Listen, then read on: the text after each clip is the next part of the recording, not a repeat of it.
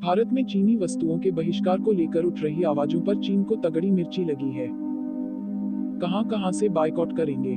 दवाओं के कच्चे माल के लिए हम चीन पर निर्भर, हर साल 65% से ज्यादा माल उसी से खरीदते हैं। देश के टॉप 5 स्मार्टफोन ब्रांड में 4 चीन के। 2-6 साल में चीन ने करीब 13,000 करोड़ रुपए इन्वेस्ट किए। मिनिस्ट्री ऑफ कॉमर्स के तहत आने वाले department for promotion of industry and internal trade के आंकड़ों के मुताबिक भारत में एफडीआई के जरिए सबसे ज्यादा निवेश सिंगापुर से आता है। सिंगापुर ने पिछले 3 साल में 2.94 लाख करोड़ रुपए से ज्यादा का निवेश किया है, जबकि भारत में सबसे ज्यादा निवेश करने वाले देशों में चीन 18वें नंबर पर है। चीन ने 2019-20 में 1,157 करोड़ रुपए इन्वेस्ट किए।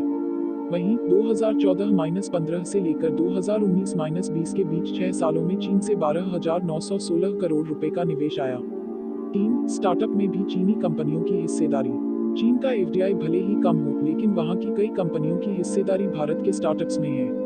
थिंक टैंक गेटवे हाउस की रिपोर्ट के मुताबिक यूनिकॉर्न क्लब में शामिल भारत के 30 में से 18 स्टार्टअप में चीन का पैसा लगा है। यूनिकॉर्न क्लब में उन्हें शामिल किया जाता है जिसकी नेटवर्थ $1 अरब से ज्यादा होती है। चीनी कंपनियों के भारतीय स्टार्टअप में इन्वेस्ट करने की 3 वजह हैं। पहली, देश की कोई बड़ी कंपनी या ग्रुप स्टार्टअप में इन्वेस्ट नहीं करते। दूसरा, जब कोई स्टार्टअप घाटे में जाता है तो चीनी कंपनियां उसमें हिस्सेदारी खरीद लेती हैं और उसे सपोर्ट करती हैं। तीसरा, भारत का बड़ा मार्केट। गेटवे हाउस के मुताबिक चीन की सबसे बड़ी e commerce company Alibaba, TikTok बनाने वाली बाइडांस और टेक कंपनी टेंसेंट ही भारत के 92 स्टार्टअप को फंडिंग करती है। इनमें पेटीएम, फ्लिपकार्ट, बायजू, ओला और ओ जैसे स्टार्टअप भी शामिल हैं। 4. देश के टॉप -5 स्मार्टफोन ब्रांड में 4 चीन के। रिसर्च फर्म काउंटरपॉइंट की रिपोर्ट के मुताबिक 2020 की पहली तिमाही यानी जनवरी से मार्च के बीच भारतीय स्मार्टफोन मार्केट में चीनी कंपनियों की हिस्सेदारी 70% से भी ज्यादा है। भारत का स्मार्टफोन मार्केट करीब 2 लाख करोड़ रुपए का है। देश के टॉप -5 स्मार्टफोन ब्रांड में से 4 चीन के हैं। सबसे ज्यादा 30% मार्केट शेयर Xiaomi का है। दूसरे नंबर पर 17% मार्केट शेयर के साथ Vivo है। टॉप -5 में सिर्फ सैमसंग ही है, जो दक्षिण कोरियाई कंपनी है। सैमसंग का मार्केट शेयर भारत में 16% है। 5. स्मार्टफोन ही नहीं, ऐप मार्केट में भी 40% हिस्सा चीनी ऐप्स का।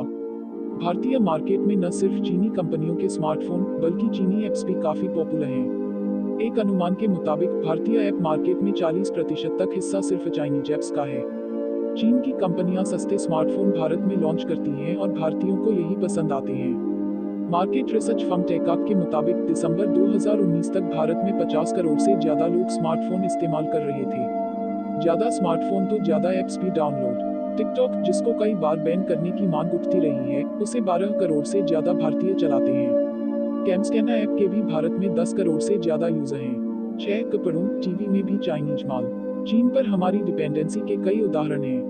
इसी साल federation of Indian chambers of commerce and industry की एक रिपोर्ट आई थी। उसके मुताबिक हमारी गाड़ियों में लगने वाले 27% ऑटो पार्ट्स चीन से आते हैं। 45% इलेक्ट्रॉनिक आइटम्स चीन से आते हैं, जबकि टीवी, रेफ्रिजरेटर, वॉशिंग मशीन और एसी बनाने में यूज होने वाले 70% कंपोनेंट भी चीन से ही आते हैं।